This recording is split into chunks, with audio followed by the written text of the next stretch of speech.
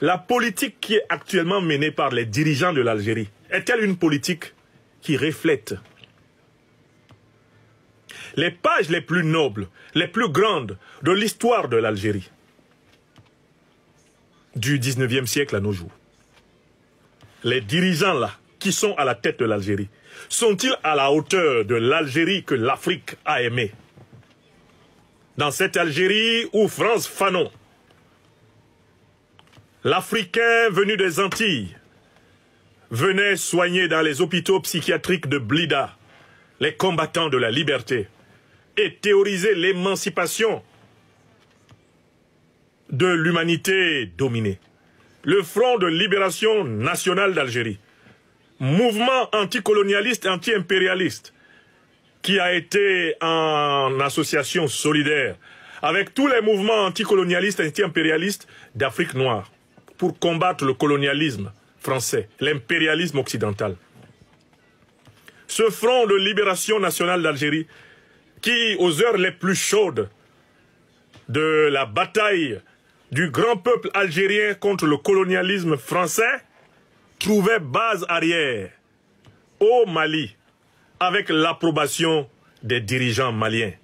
L'Algérie où les Nelson Mandela, les Abel King, les Ahmed Sékou Touré. L'Algérie où les Gamal Abdel Nasser. L'Algérie où les Samora Machel, les Sam Nujoma, les Agostinho Neto venaient poursuivre leur formation militaire en vue de retourner libérer leurs terres. Oui, il est important de rappeler à notre peuple frère d'Algérie que les dirigeants qu'il a actuellement le mettent en porte-à-faux avec son histoire, l'histoire du peuple algérien, et mettent aujourd'hui l'Algérie en porte-à-faux avec toute l'Afrique noire. L'Algérie est aujourd'hui une base arrière incontestable de la déstabilisation de l'Afrique noire. Je mets au défi qui que ce soit de mes sœurs ou frères algériens qui veut prouver le contraire. Je lui demande de choisir la plateforme journalistique sur laquelle le débat aura lieu. Je viendrai avec les preuves. Nous, Africains originaires d'Afrique noire, nous, eh bien, Algériennes et Algériens, devons tenir un seul langage aux dirigeants algériens, au président Abdelmajid Tebboune. Démanteler le soutien que vous apportez aux terroristes en Algérie. Maintenant, je viens au troisième point. Voici que le président algérien se plaint de la France. Le gouvernement algérien accuse la France, à travers la DGSE, d'être à la manœuvre pour déstabiliser l'Algérie. Je voudrais que vous écoutiez avec moi, eh bien, une séquence qui résume cette affaire. Tout est parti de la diffusion lundi 9 décembre d'un documentaire sur 2 chaînes de télévision publiques algériennes.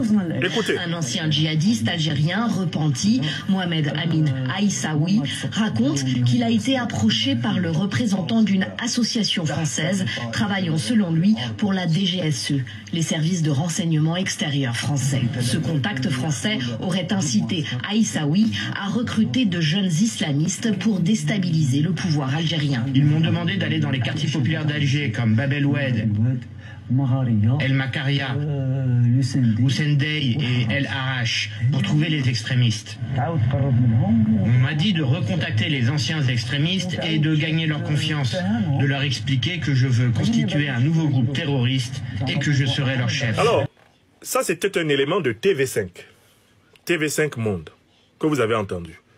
Moi, mon objectif n'est pas d'accuser ou de disculper la France dans cette affaire. Parce que de toutes les façons, en matière de déstabilisation, le néocolonialisme français est indéfendable. Mais ce qui, moi, m'intéresse là, dans la séquence que je viens d'entendre, ce sont les mots utilisés par l'Algérie pour décrire l'action qu'elle impute, la déstabilisation qu'elle impute à la France. L'Algérie accuse la France de financer le terrorisme, de vouloir constituer des groupes qui vont renverser le pouvoir algérien. Mais c'est exactement ce que l'Algérie fait au Mali. Car c'est elle qui est la base arrière des organisations terroristes, des organisations criminelles, soi-disant séparatistes ou indépendantistes, qui au mois de septembre, 2024 ont attaqué Bamako. Ce sont les hommes d'Alger qui ont mené l'opération d'attaque de Faladje, l'attaque contre l'aéroport. Ils accusent la France de vouloir à tout prix imposer à la tête de l'Algérie des hommes qui soient à sa solde. Mais c'est exactement ce qui est reproché par le Mali et par l'Afrique noire à l'Algérie. D'où je voudrais conclure ce premier sujet en disant ceci aux dirigeants algériens. Vous ne pouvez pas dénoncer la déstabilisation en pratiquant la déstabilisation.